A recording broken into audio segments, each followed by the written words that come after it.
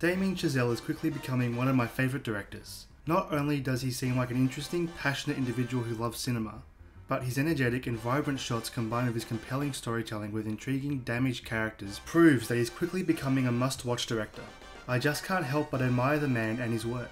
From biographical drama to the romantic musical that harkens back to the traditional Hollywood musicals of the 50s. Chazelle always puts the story and the characters first, no matter the genre. This has propelled him into being one of the most talented young directors in the industry, becoming the youngest to win the Academy Award for Best Director at just 32 years old.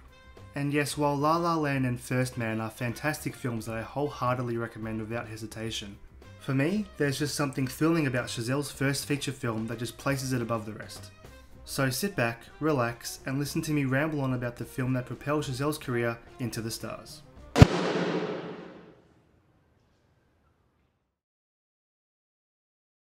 You know who I am?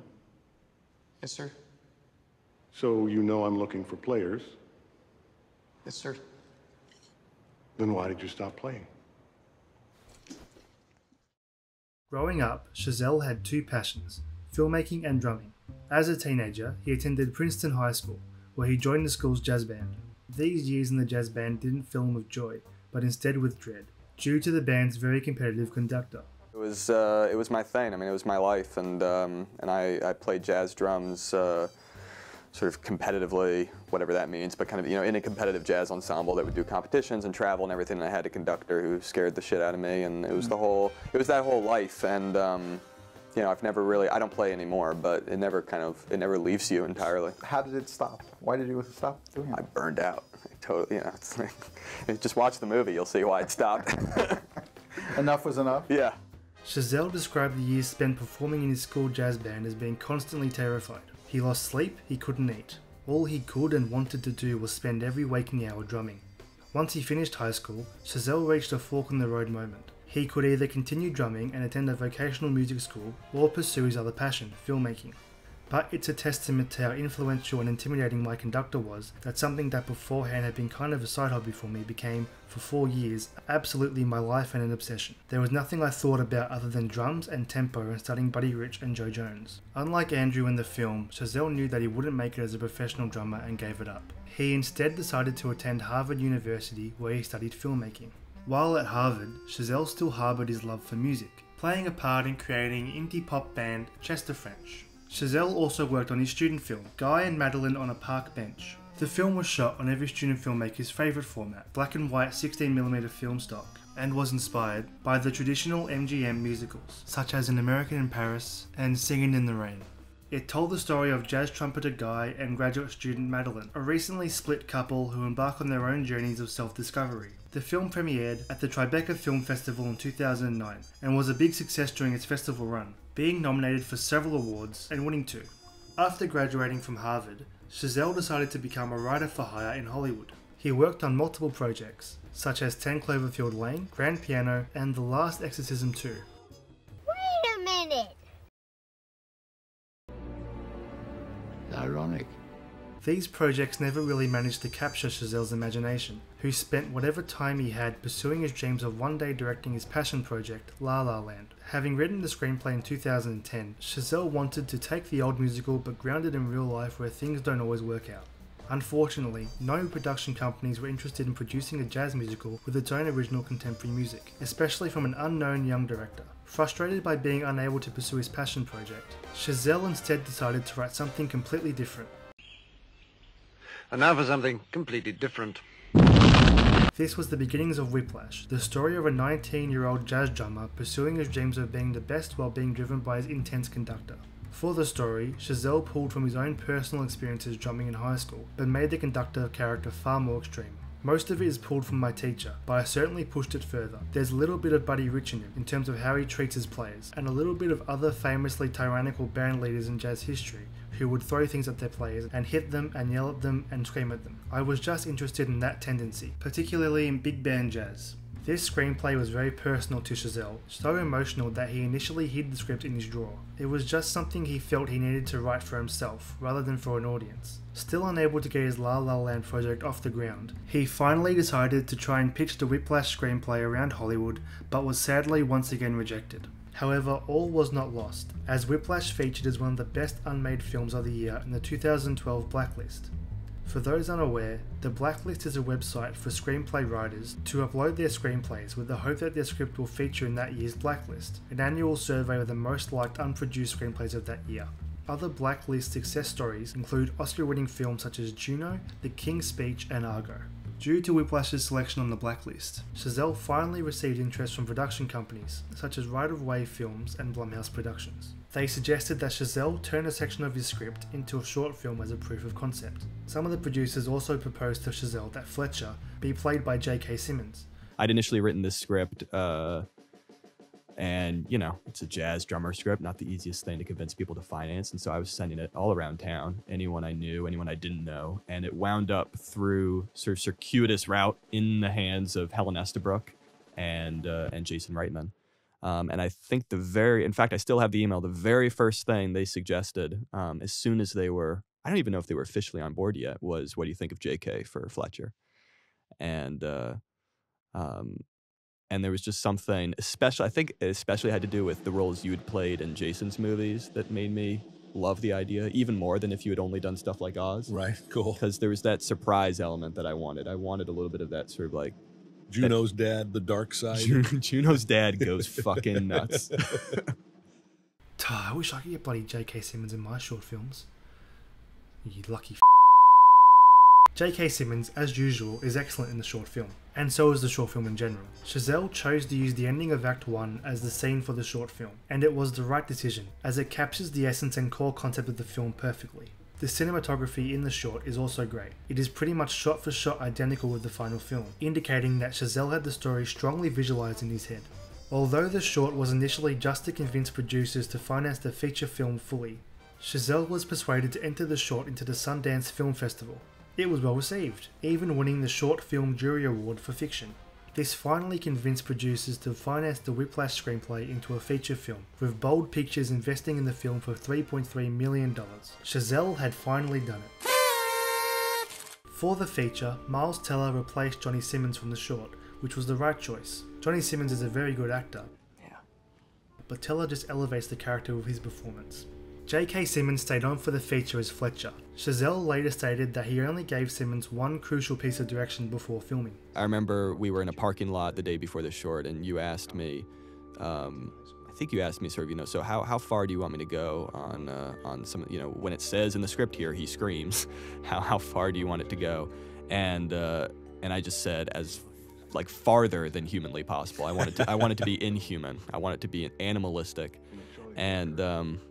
And I literally think that's the only thing I remember actually kind of concretely saying, because I remember day one of the short, you showed up and you were so the character. In fact, it wasn't even necessarily the character I'd written. It was better than the character I'd written. It was this fully realized version of what had been sketched on the page. Principal photography began in September 2013, with filming primarily taking place throughout Los Angeles, with a few exterior shots filmed in New York City to create the setting. Crazily, principal photography was just 19 days, with a schedule of 14 hours of filming per day. For reference, Chazelle's next film La La Land took over 40 days to shoot. Accident struck, however, as Chazelle was involved in a severe car accident in the third week of shooting and was hospitalized with a possible concussion. Luckily, Chazelle was fine and even returned to set the next day to finish the film on time. Overall, the film was shot and edited in just 10 weeks to reach the Sundance submission cutoff. Luckily, they were able to make the cutoff, with the film releasing to critical and commercial acclaim on October 10th, 2014.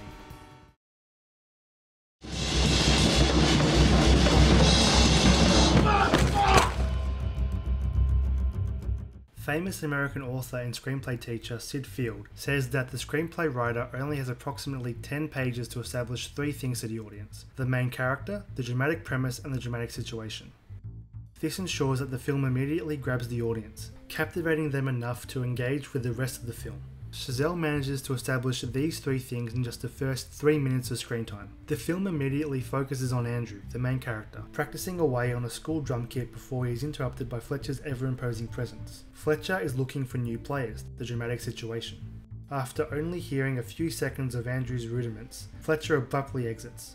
Andrew is not yet at Fletcher's level and is therefore unimportant to him. This leaves Andrew with a sense of failure and despair, but with the determination to prove himself, the dramatic premise. It's a great setup in such a short time, with the cinematography furthering these elements. The camera pushes in on Andrew, indicating his determination to prove his skill while also reflecting the importance of the situation to him.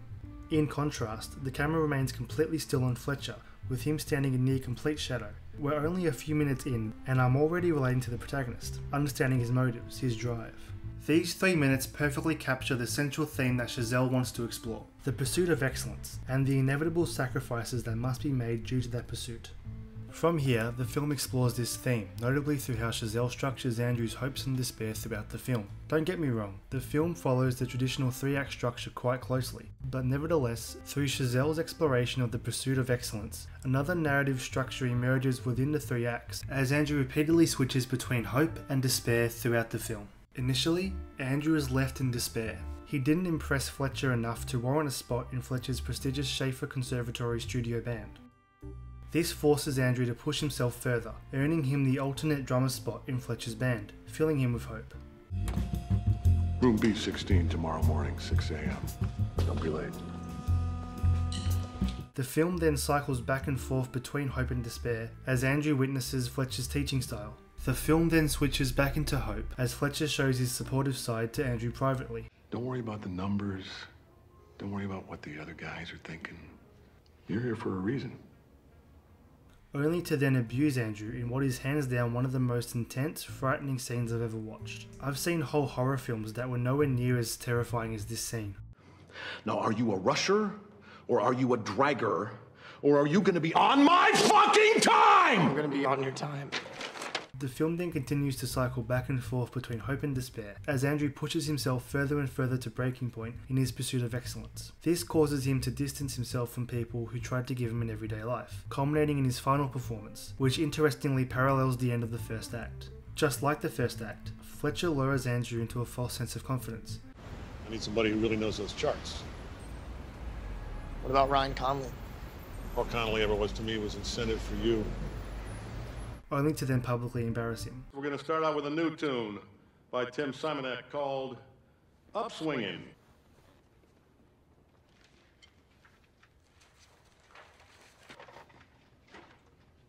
However, unlike the first act, in which Andrew runs away, feeling devastated and horrified, this time Andrew stands up to Fletcher, reaching his full potential in front of an impressed Fletcher and awed audience. It's a fantastic narrative structure that ties into the protagonist's progression, illustrating the growth of his character as he finally achieves his excellence. This leads us to Andrew. On paper, most people would find Andrew to be very unlikable, and they'd be right. Oh yeah. Reading the screenplay, Andrew is highly unlikable. He's an incredibly selfish, angry and spiteful person that continually drives people away throughout the film if they can't help him fulfill his own desired destiny. Andrew pities and even hates his father just for not pursuing his dreams, going so far as to completely disown him before his final performance, responding with no when asked if Jim is his father, before dramatically taking back to the stage. Yeah, it used to be, there's a lot of cheating going on in the cutting here, because it used to be right here, security guards come in right now.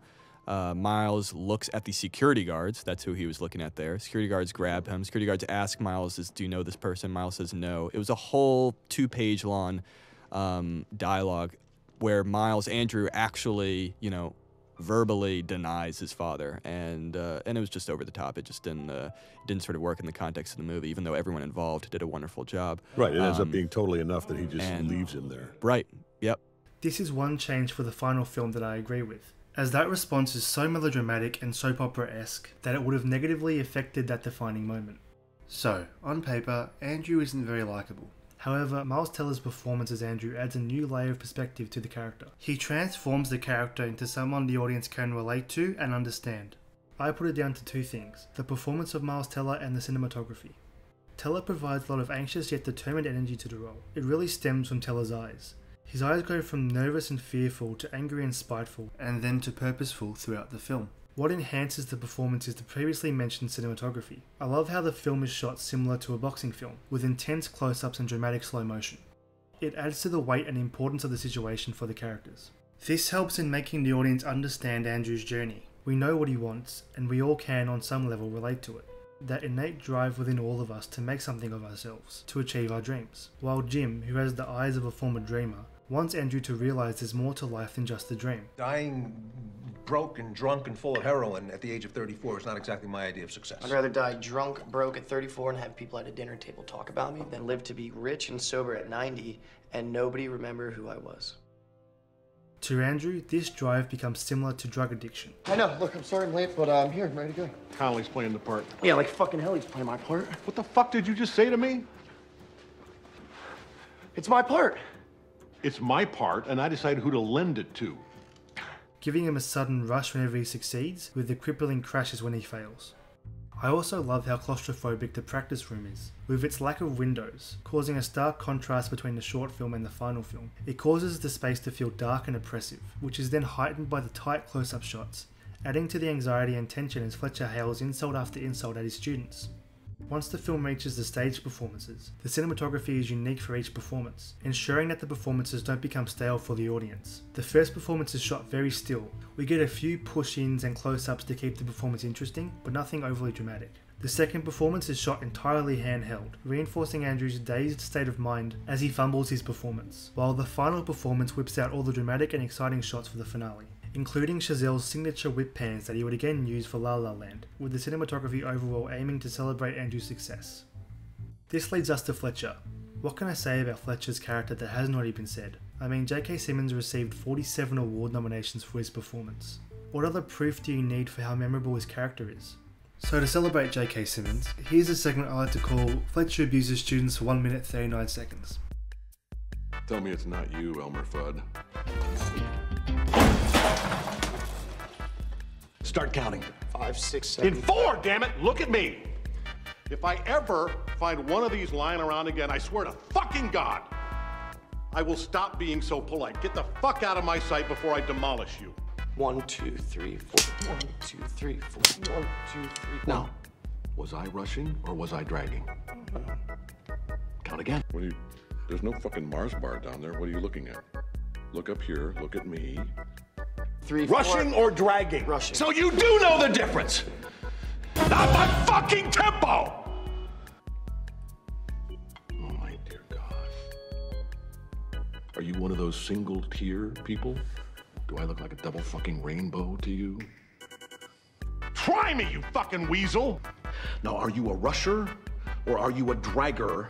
Or are you gonna be on my fucking time? I'm gonna be on your time. You know, you actually do look quite a bit like a leprechaun. I think I'm gonna start calling you Flannery. You never earned anything. God, you are a self-righteous prick. You are a worthless, friendless, faggot-lipped little piece of shit whose mommy left daddy when she figured out he wasn't Eugene O'Neill. Why the fuck didn't you say so? What the fuck are you looking for? There's no pot of gold down there. Are you adjusting the seat, really? That's been your fucking problem the whole time, the seat height. So now you have it, right? So for the final father-fucking time, say it louder! I'm upset! Carl. J.K. Simmons is great, a perfect choice for Fletcher. No one else could deliver such an incredible performance with this character. He's precise and delicate when he needs to be, while also switching to an abusive, terrifying monster whenever he wants to be. Sometimes this switch will happen in the same scene, really keeping both the audience and the characters on their toes. The film really accentuates Fletcher's manipulative, monstrous tendencies, more so than the screenplay. The screenplay tries to perform a balancing act between humanizing Fletcher while also presenting him as a monster. We see him wandering around the streets of New York. We also see him give a speech after the band wins their first competition. He proudly states that he loves the musicians in the band like they were his family. The film chops this all out, instead aiming to reinforce the larger-than-life monster conductor, who will push anyone beyond their limits in order for them to achieve greatness. In terms of faults, I only have a few complaints. My one big issue with the film is this moment here.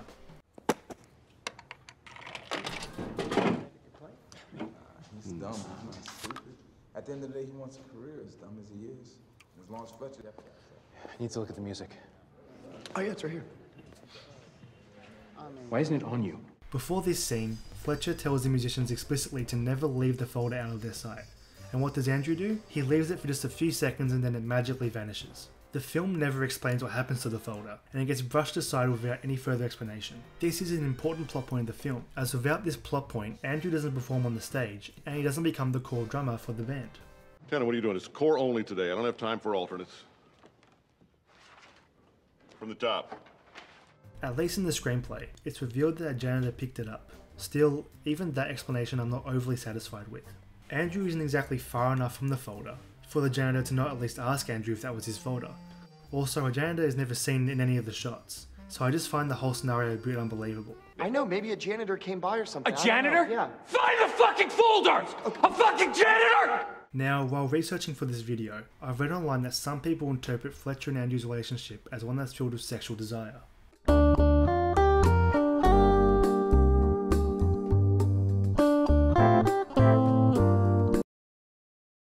Which I don't personally see, but if that's the way you want to analyse the film, by all means, go for it. For me, I see Fletcher as the father that Andrew has always wanted, whether consciously or subconsciously. Unlike his father Jim, Andrew respects Fletcher's teaching methods and sees Fletcher as a role model. And his opinion means a lot to you, doesn't it? Yeah. He even starts to emulate Fletcher's behaviour throughout the film, even going so far as to wear a black shirt similar to Fletcher, differing from his pale blue shirt that he wore previously. While Jim tries to teach Andrew that it's okay to fail, Fletcher instead constantly pushes Andrew, manipulating him to go further and further to hone his craft. These two sides juxtapose each other perfectly, essentially driving Andrew into two outcomes: either conform to mediocrity and accept that he's not good enough, or continue to push himself, overcoming his hurdles under his meticulous mentor. This decision comes to a head at the end of the film. As previously mentioned, Fletcher publicly tricks Andrew during the final performance, embarrassing him up in front of a whole crowd. Reinforcing his desire to be the best, he decides to walk away from his real father in order to prove himself to Fletcher and accept Fletcher as his mentor. It's quite a bittersweet ending. Andrew succeeds and chooses his path, implying that Fletcher and his teaching style were correct. Without Fletcher pushing him, Andrew wouldn't have been able to Plays the best motherfucking solo the world has ever heard. I personally love this ending. It's designed to leave the audience pondering the film's message. Is pushing people to the absolute limit the only way to achieve greatness? Can there be another way? Chazelle provides his answer. It's up to the audience to reflect and decide whether they agree or not.